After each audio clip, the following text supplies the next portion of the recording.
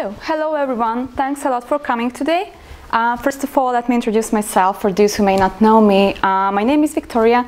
I work as an account manager and sales representative here at Optimum, which is one of the projects of Innonic Group.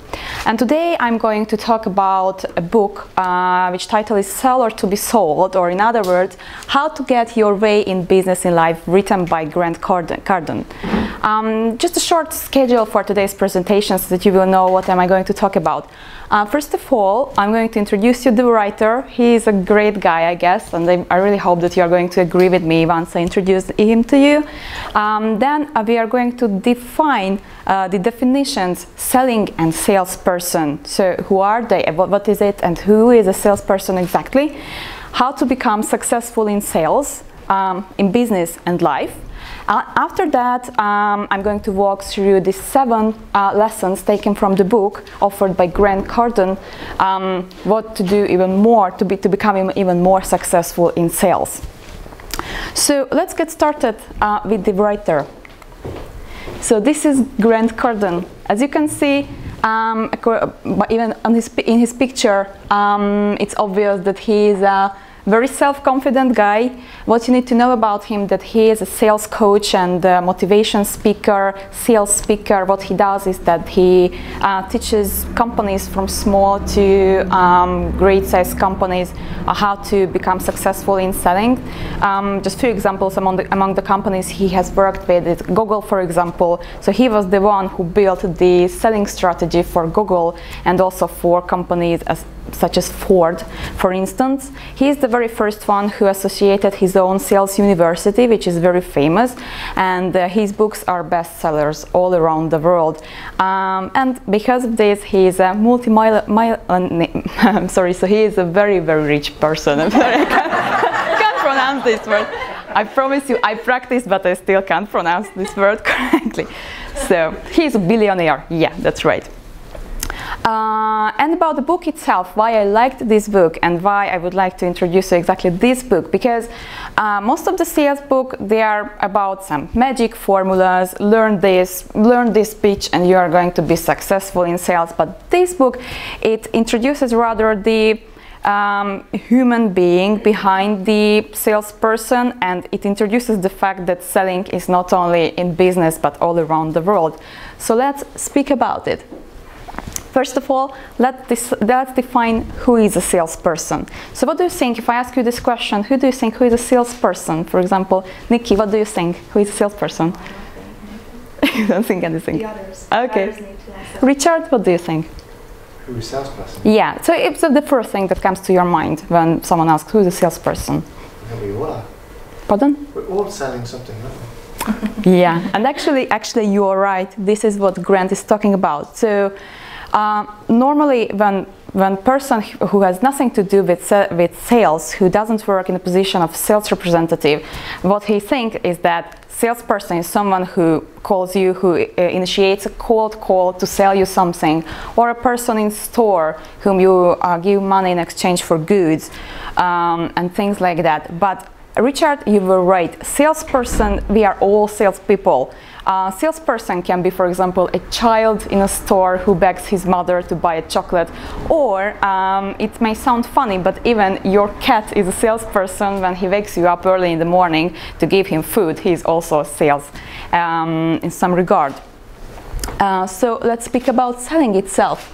This is the official definition of selling. So this is action of persuading or influencing another to a course of action or to the acceptance of something. So as you can see, within the official definition, there is no word money or no word to sell something in exchange of money. So selling is a power of persuasion, to persuade someone else to do something. That's why everything is sales. Even that I'm standing here and I'm sharing with you the ideas behind this book, this is also sales, because I'm trying to convince you that what Grant says, it's true and it's good. And yeah, and this is what Grant says, no person will ever gain true power and stature in the world without the ability to persuade others. And that's absolutely true. So basically, if you are unable to persuade others about very minor things, starting from fact. For example, if you are having an argument with your partner who is going to wash dishes, up until to persuading bank representative to give you a loan under beneficial circumstances. So only if you teach yourself how to become successful person who can persuade, that's when you become a salesperson. And this is Grant Cardone. Yeah, he's always like that. So I was in this picture. So I kept talking about sales, I kept talking about who are salespeople, but you may ask, or maybe some of you have already asked this question in your mind, okay, but how to do that? How can I become successful salesperson in business and life? Here are a few tips taken from the book, how you can become successful in sales and also in your private life and in business, and how to increase the power of persuasion that you have. Hi, welcome. So let's check them. This is just a quick summary because we are going to talk about observations, taking notes, records, practicing, and about the no's. But let's speak about them one by one. So the first is observation. What is observation? Let me share with you my personal experience. So many years ago, if someone would have told me that, hey Vicky, you are going to be a salesperson one day, I would say, no, I will never become a salesperson. This is not for me, and actually personally I hate salespeople. Then what happened? Nikki called me, I'm hired. The next day I'm a salesperson, but I have never done that before. So how to do it, where to start? What I did and what I had to do is to observe the world around me. Observe Nikki, observe the other members of the team, how they speak to other people, how they sell their ideas and the product to other people. So the very first step is observation, which is very, very important if you would like to improve your persuasive skills. So for example, if you are talking about your private life, who of you have ever experienced something like if your partner in life, or if you have a friend who always asks you to do something but you never say no? Have you ever experienced that? Yeah, I'm pretty sure that you have experienced that. What you could do to learn from it, to become a similar person, to next time when your partner or your friend asks you to do something again, just observe what he or she says, what are the words he or she using, what is the voice tone he or she using, and I'm pretty sure that you can learn from it a lot. And the same comes in business life. So if you're a sales representative and you feel yourself less successful than the other sales representative who sits next to you, just start observe what she or he is doing. How is he or she talking to people, and you can learn from it a lot. But how to do that? First of all, take notes. Taking notes is very important. They can be complete long sentences, keywords. If you hear a great sentence pronounced by your sales representative friend, just write it down, learn from it. The same applies when you are talking to the client and you get an answer you didn't expect to get. Just write it down, put it down, because after you finish the conversation you will learn from it. You will have time to think over what have you done in order to get this reply. So all notes, all the keywords will help you to improve your sales skills.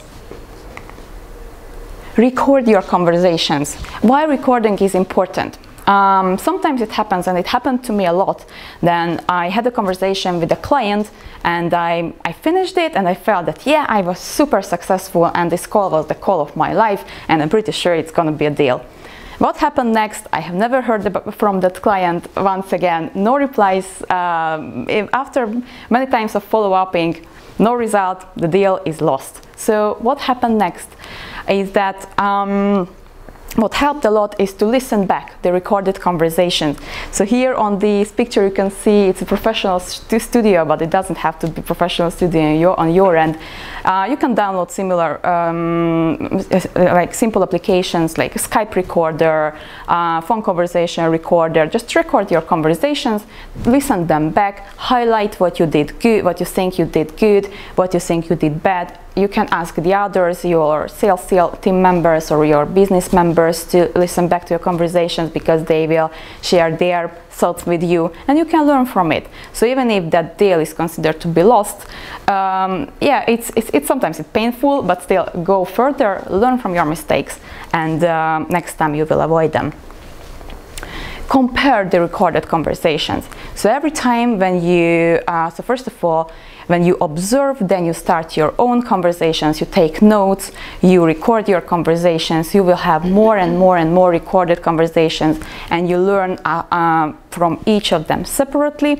When you take notes, just compare them. For example, you can compare the one you recorded today to the one you record 1 month later, and just check, compare the results. Maybe, because it's very important, because in our lives we can sometimes become better, but sometimes we can go down to worse. So it's wise checking, comparing our own skills that we have. And this one is also very important. Always write down the values of the product. Why it's important to have them in front of you? Because if you don't know the values of the product, don't start selling it.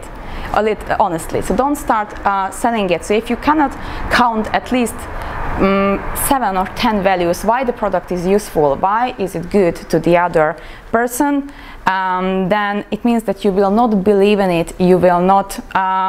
You will not believe in its value. So basically, it's wise to have all the values in front of you all the time. You can even print them out, keep them in front of you on your desktop or under your desktop. It's up to you, but keep repeating them, keep saying it to yourself, because if you know the values, if you believe in them, you are going to be successful. Yeah, learn from every reply of the client. Well, basically, this is something I have already started to talk about, but here let me share with you a bit more details.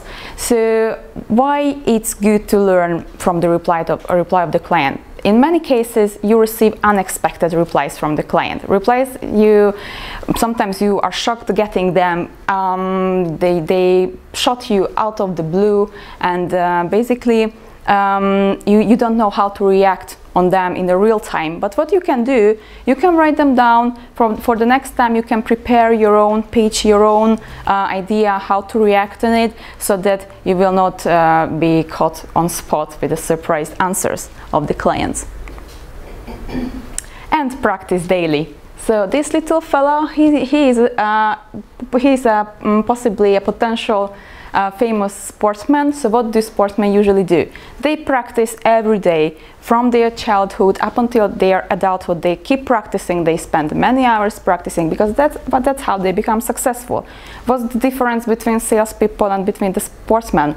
I would say nothing. The only thing is that we are not running up and down in the corridors every day, but what we do, we are in a competition against ourselves in order to win as many deals as it is possible. And how can we do that? If we practice, if we write pitches, if we write potential outcomes for the conversations, because every conversation, no matter who are you dialing, and what is the purpose of call, you need to imagine yourself the potential outcomes, because if you have the clear goal of this conversation in your head, what you would like to achieve, and then only then try to call the customers.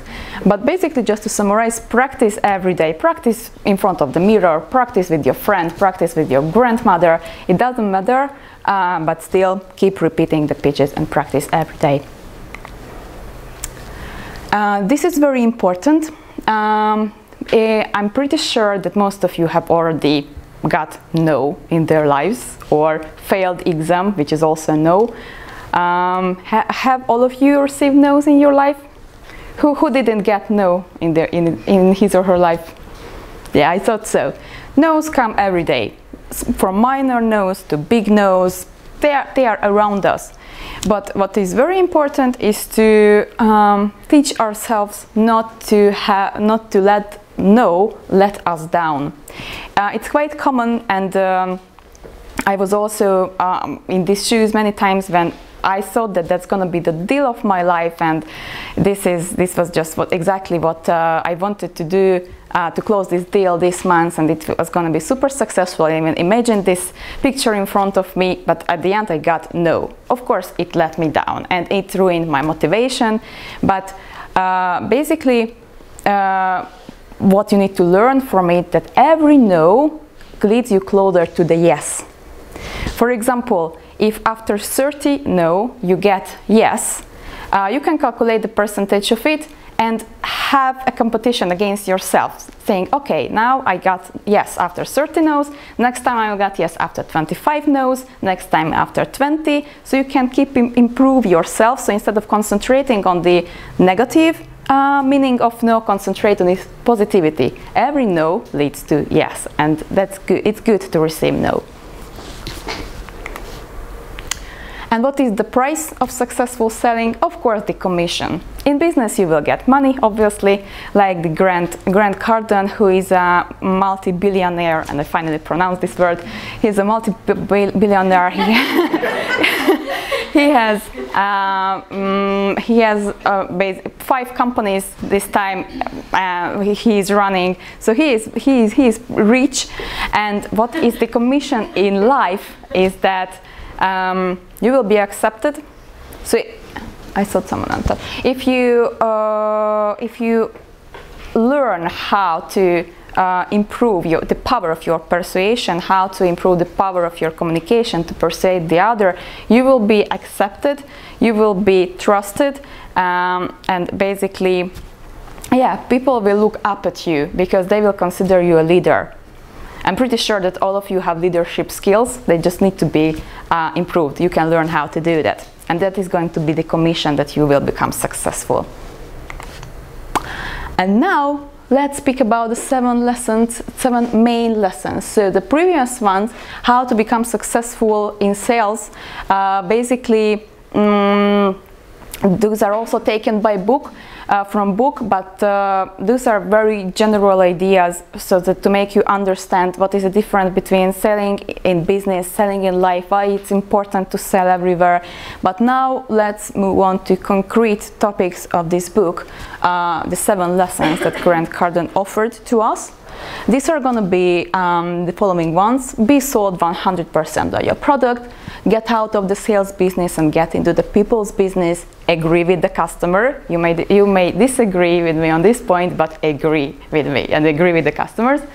Take massive action. Build your power base. Show and don't tell. And at the end, it was intentional that I highlighted it in bold, and I will share it with you later why. Maintain the great attitude. I would say this is my favorite, and I would say this is maybe the most important. Everything else can be sold, but if you don't have the attitude, then just close your business. So the first one. Be sold 100% on your product. What it means exactly. Have you ever been in a situation when you entered, let's say, a bank or any other, I don't know, a shop? You wanted to buy something, you had that, or make a deal, you had that great feeling that, yeah, today I will go to the bank and I will solve all my administration questions. And when you sat in front of the bank representative, you felt that she's or he's just pitching to you, not honest, or the whole conversation, it makes you feel that if she or he has just entered that working place half an hour ago.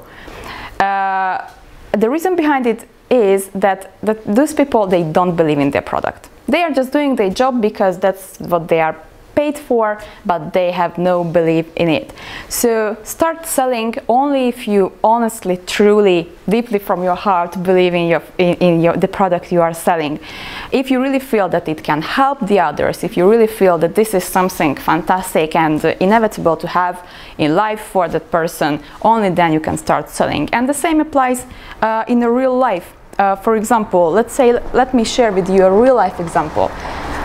Richard, I'm glad you are sitting here. Did you see the Wolf of Wall Street movie?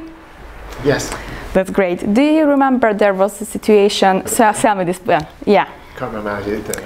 So there was a situation which I call "sell me this pen." Basically, I can sell you this pen in 2 different ways. Hey, Rich, this is a pen. Buy it. Will you buy it? I'll take it. Okay. Sorry. But what if I will say, hey Richard, can you see this pen? It's so blue and it's just perfect. I'm pretty sure that your handwriting is going to improve if you use it. So yeah, let me show you how it works. I think it just fits you just perfectly. Will you buy it? Maybe. Okay, but did you sense the difference between the two options? Yeah. Thank you. So basically, the difference between the two sellings is that at first time I didn't believe in this pen. I said, yeah, this is a pen, just buy it and okay, do with it whatever you want. But in a second case, I truly believe that this pen is something that Richard needs. It's going to help him in life, and I tried to use this type of communication. So the same applies in business. If you speak to your customers with honestly that they really need this product because you truly believe that they need it, or if you speak to your partners in life about situations, for example, if you would like to go to the trip for the weekend, but your partner doesn't want to go to the trip in the weekend, if you truly believe that this is something that you need for this weekend, he will agree. But if you feel like this is something optional but it's not important, he will never agree or she will never agree. So that's the point here, always believe in your product. Then get out of the sales business and get into the people's business. So what is this exactly? People love when others care about them. They don't like to be pitched. They don't like why people don't like sales representatives in generally, because they feel that it's so cold. That's just a pitched, cold conversation. It doesn't help me if someone tries to sell me something and that person is absolutely cold and has no emotions, doesn't care about me, doesn't care about what I need, but just cares about the fact that he needs to close this deal because of the monthly statistics or weekly statistics. That's not gonna work. So care about the people who you try to sell your product to. Express your honest caring, and only then offer them your product as a solution to their problem. So if you start caring about them, you find out what is their problem and you figure out that your product is a solution for the problem, that's when there's going to be a successful sale. Agree with the customer. So it doesn't mean, obviously, Grant always said, he kept repeating in the book, agree with the customer, the customer is right.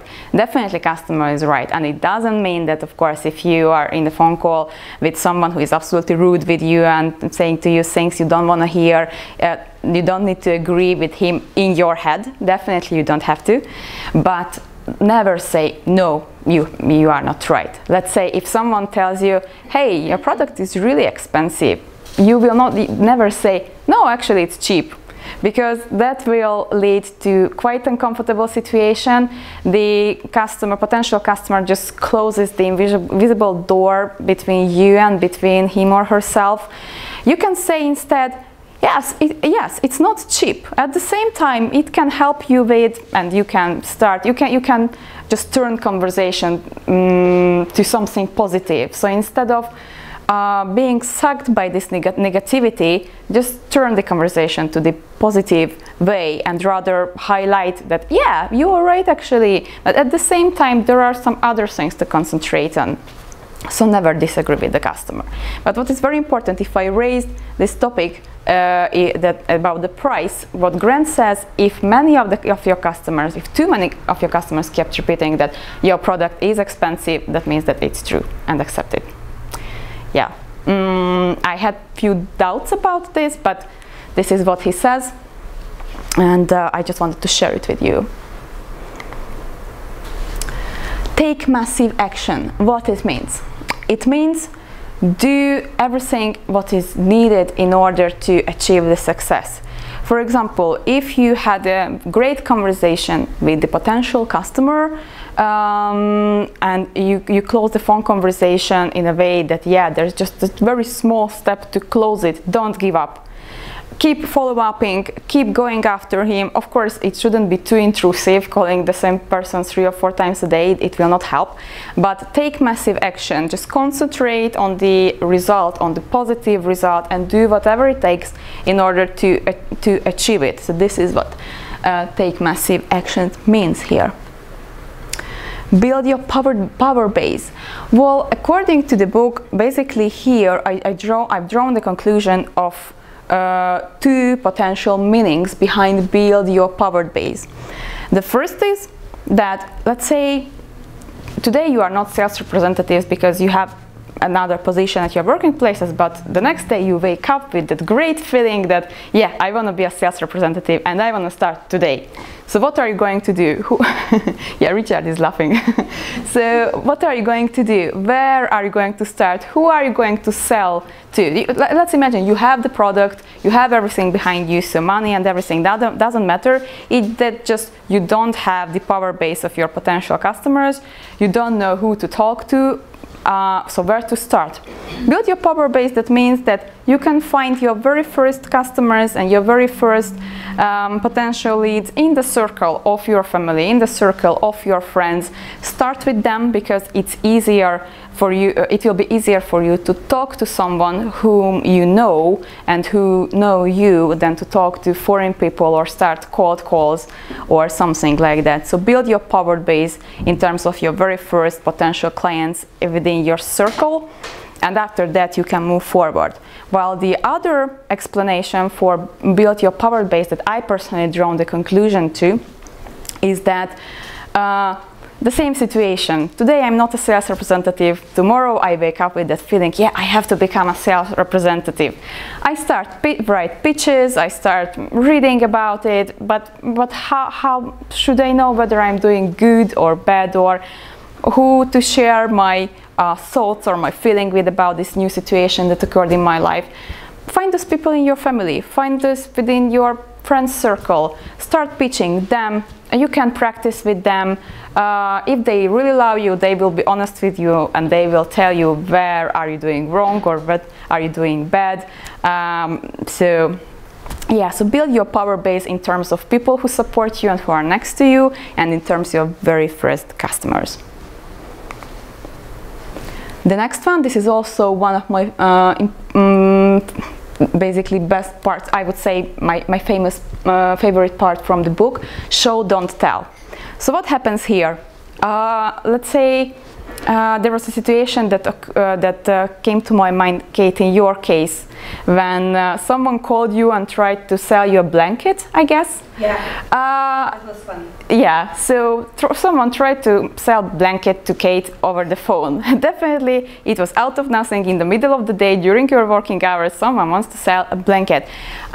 She doesn't need it. At least at those minutes, she felt like she doesn't need it. She has no imagination. What kind of blanket is that? What it does? Why it's good to her in the middle of the day to buy a blanket out of nothing? People don't like sales techniques like that.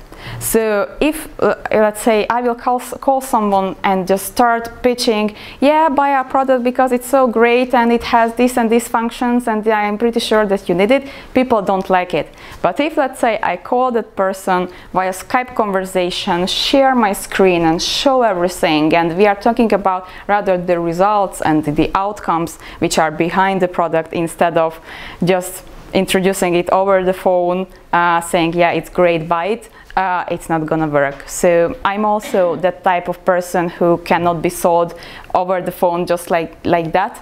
I need to see facts, I need to see it with my eyes in order to make sure and decide if I really need it. So always show facts, show your product to others, and that's how sales is gonna work. And the same applies to your private life. So if your partners in life, they really don't want to go to the trip with you, just print out pictures of the place that you would like to go to, and actually it really works based on my personal experience. So it can work out, yeah. The next one, oh yeah, this is basically my mostly favorite part. Attitude is everything. So yeah, for the attitude, the same situation can be applied that I showed with the pen to Richard. If I go to you once again and I will say, hey Richard, here's the pen, do you need it? No. Yeah, I thought so. And if I will say, Richard, as I can see you're running out of pen and I have a great pen to you, it will solve all your problems. Do you need it? Sure. Yeah, that's the difference. So that's the difference between the two. In the first, yep. You didn't ask for any money. It was, but it, as I mentioned, sales is not only about the money. Oh, you told me that. Yes, sales is not only about the money. So what I wanted here is to provide you help to your problem as you are running out of pen. So just get back to the attitude. In the first case, I had a very negative attitude to sell this pen or to sell the idea to Richard to grab this pen. It was like, I don't care. So if he takes it, he takes it. If he doesn't take it, he doesn't take it. But so I was completely negative and I was rather thinking about myself than about him. The second case, it's about positive attitude, about putting an energy, a positive energy that can be shared with the other person you are talking to. Basically, this is also that helps selling your ideas pretty much successfully. So if you keep smiling during the conversation, because yeah, actually it can be heard even over the phone if the other person on the other in the other line, if he's smiling or not. And based on my personal experience, it really can change the matter of conversation or the type of conversation if you are smiling a little bit or if you don't smile at all.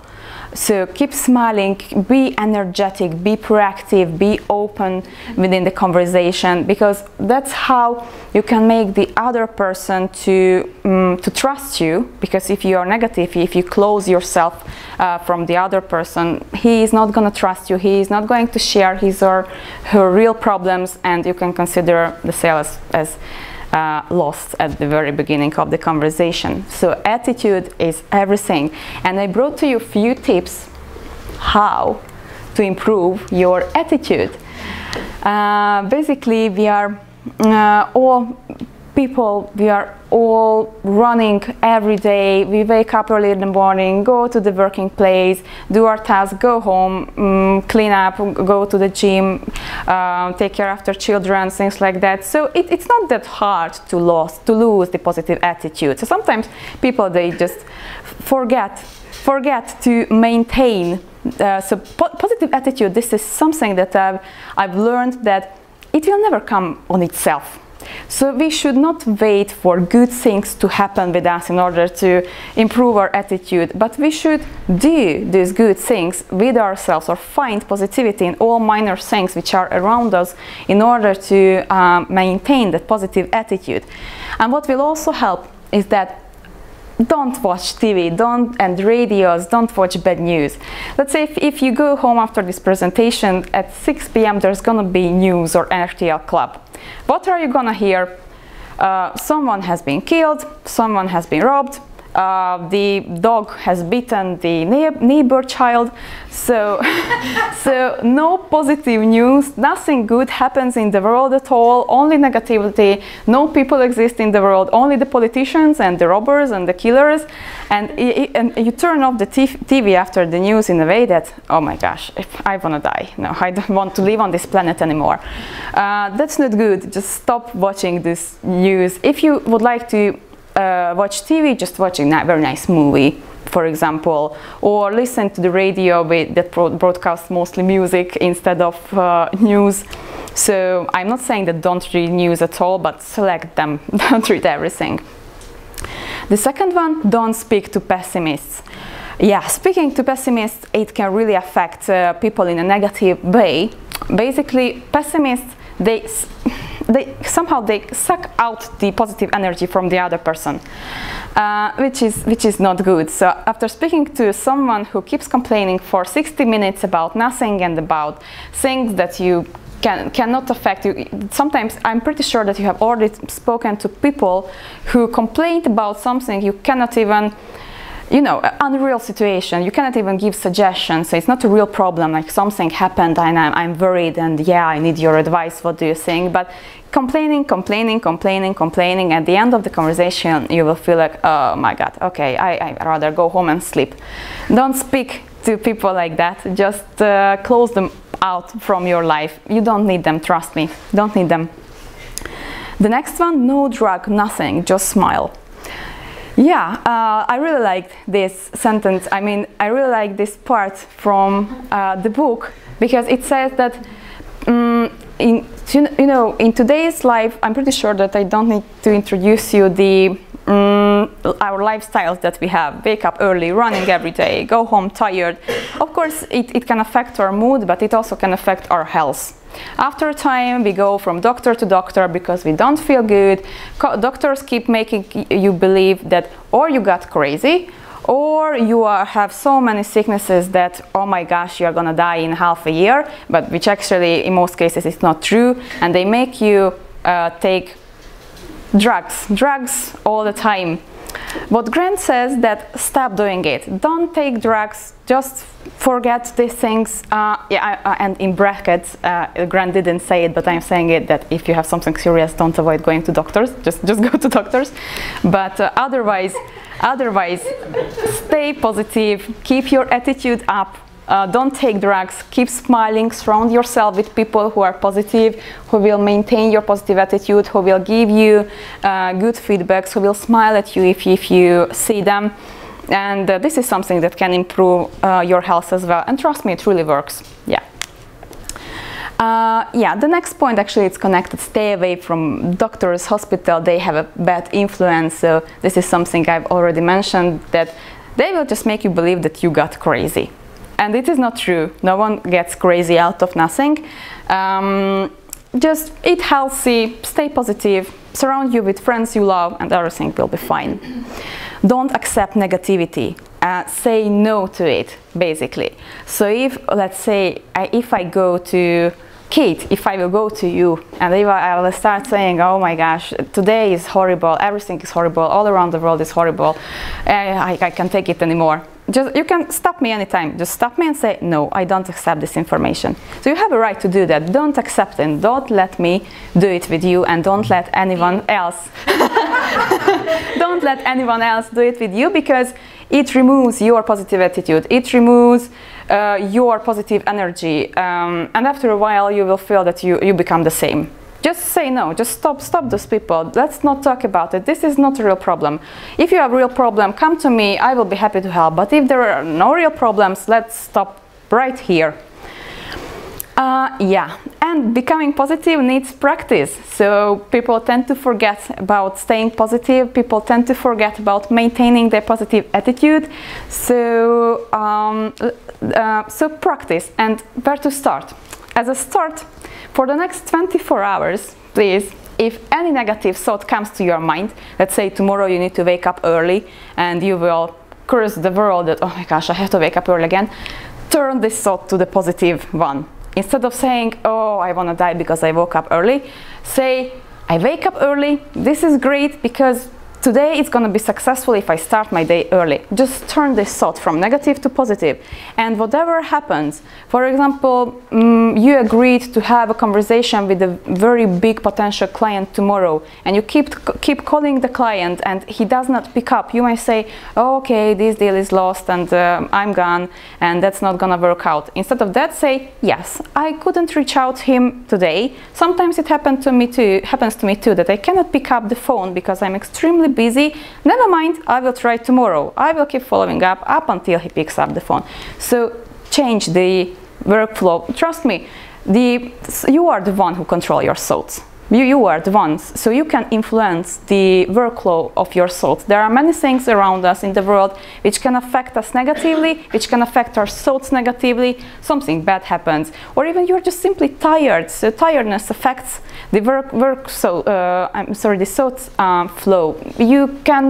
You think that, oh my gosh, when is gonna be Friday finally, early morning on Monday, but it's up to you how your attitude is. If your attitude is that, yes, it's my early morning on Monday and I'm extremely tired because I had, I know, very tough last week, very tough weekend, but this week is going to be great. I can feel it, and I'm tired now, and I go and I eat some fruits to feel better, and I take some vitamins to feel better.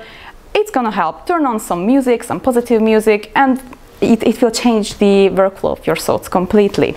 So as your homework, please don't forget to try to stay positive for the next 24 hours. No negative thoughts, no negative emotions, nothing like that. Just turn everything into positive. Or if you go home and you feel that your friends, your family members, someone is negative, try to change it to positivity. Help him or help her to change it to positivity.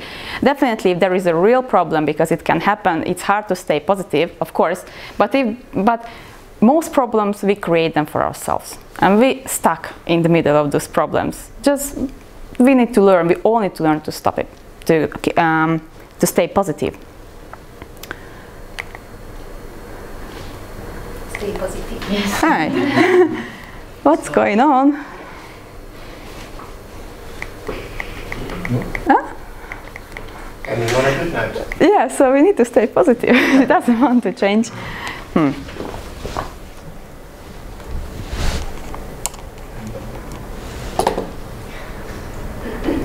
I don't know what's going on. Marty, can you help please? Sorry for that, it's some technical issues. Stay positive, yeah, just look at this guy, he's smiling. Okay, now it works. And as a closing, if we are talking about positivity, and if I was mentioning that it's up to you how you control your thoughts, what is your attitude like. So let's watch a video of what Grant says about it.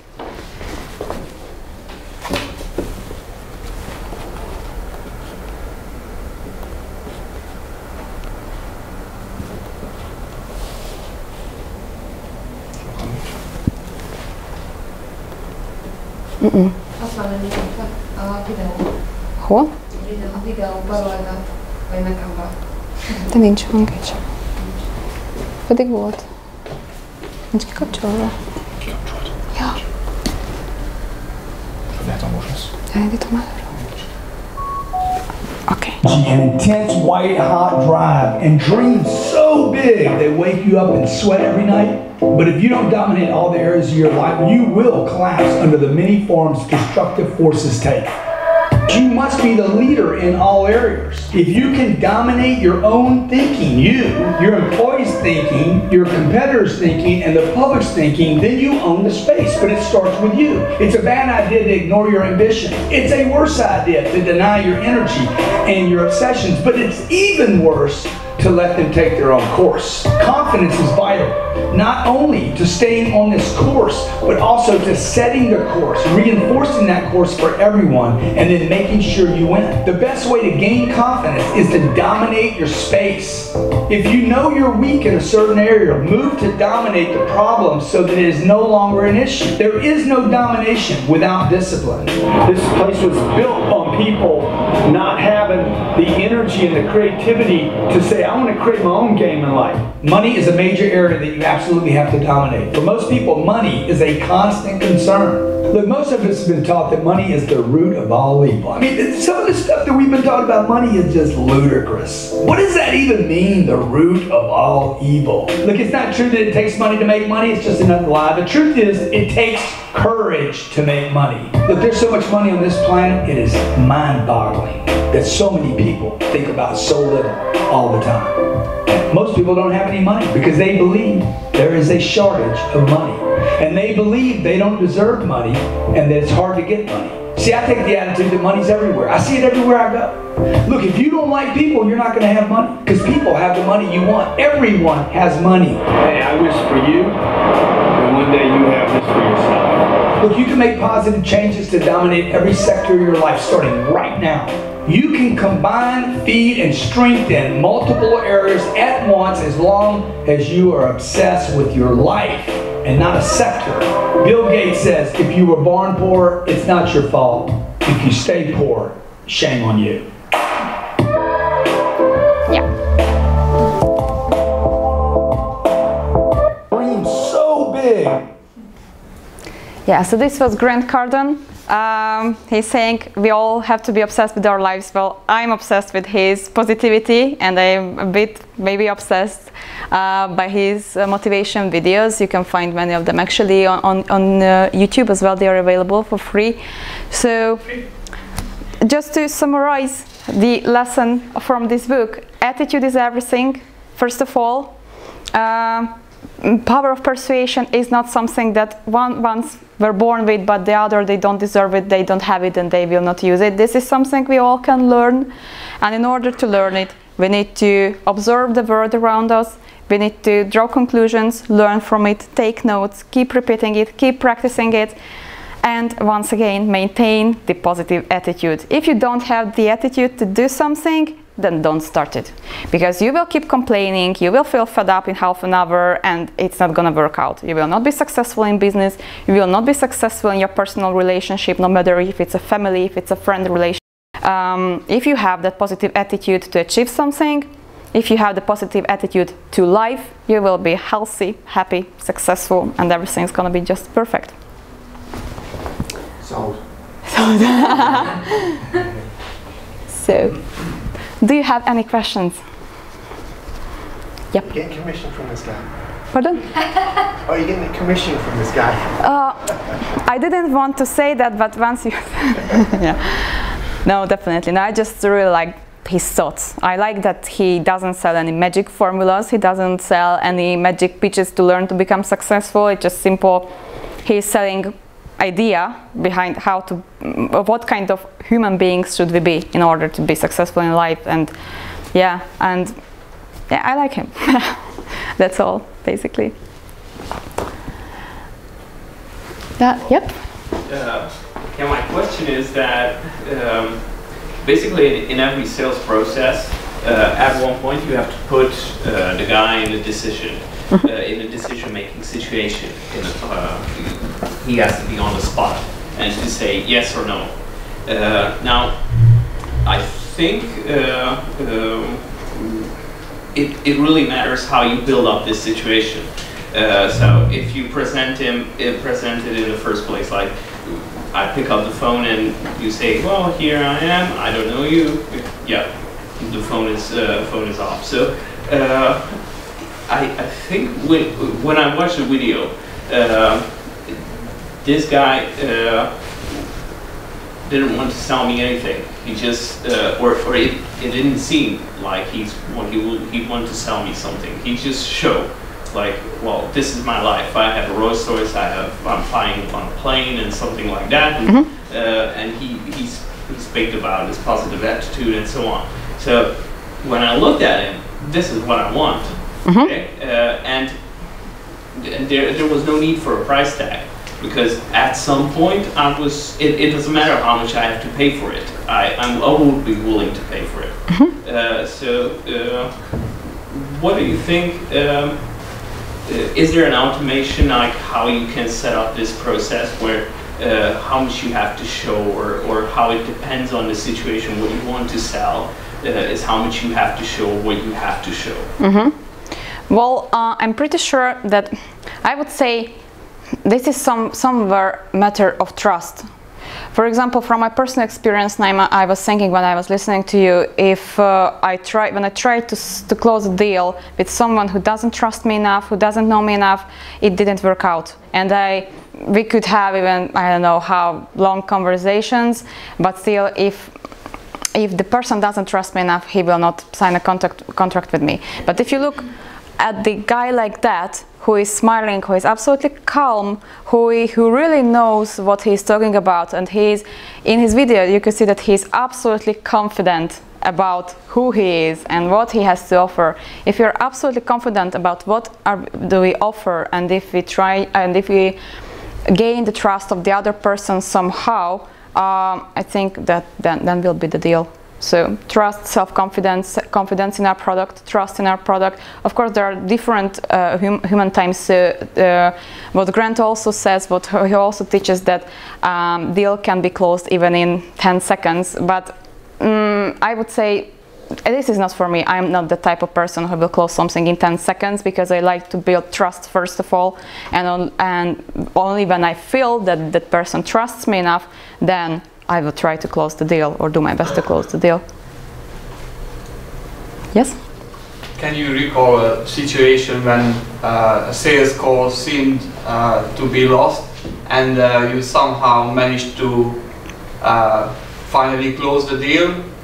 So when you actually maybe recorded your call and you recognized that this was the moment I turned a lost sale into an actual sale. Yes, I have a situation like this, and actually it was one of my biggest sales here. It's so one of our customers. I remember I had a phone call. It was the night before our very first e-commerce expo. I was in a night shift here, and I had like a 75-minute conversation with that guy because I kept feeling that he doesn't trust me. He doesn't trust me. So I kept continuing the conversation. I didn't want to close it, saying, "Okay, think it over and come back and tell me your answer." I just didn't want to stop it. So I continued. I kept speaking, and even after 60 minutes, the guy told me that, "Yeah, but I have quite big developers team, so we can develop it for ourselves, and they are quite big, so that would mean that they would have needed to invest not a quite significant amount of money in order to get our service." And I was absolutely calm, and I didn't react with like, "Wow, no, this is a bad idea." So I stayed absolutely calm, and I said something like, "Yeah, this is your choice, absolutely. So you can stay with your IT people." And it was just quiet on the other line from that guy. And that was the moment when I started to feel that he started to trust me, that I'm not pushing him towards anything that he doesn't want to. And after that moment, he just switched the topic from developers, anything that is actually just an objection because he didn't trust me enough, to pricing. That, okay, if I want to buy it, how much will it cost me? The next day I sent him the price offer, I guess around, no, not the next day, because the next day we were in Budapest. The day after that day, 2 days later, I sent him the price offer around midday. At around 6 p.m. I received an email deal. Yeah. So I would say, according to my experience, those sales which I've done, those were about trust. So someone will make a business with you only if that person trusts you. Otherwise, it's not going to work out. Yeah. Does anyone else have questions? No? All right then. Thanks a lot for your attention today.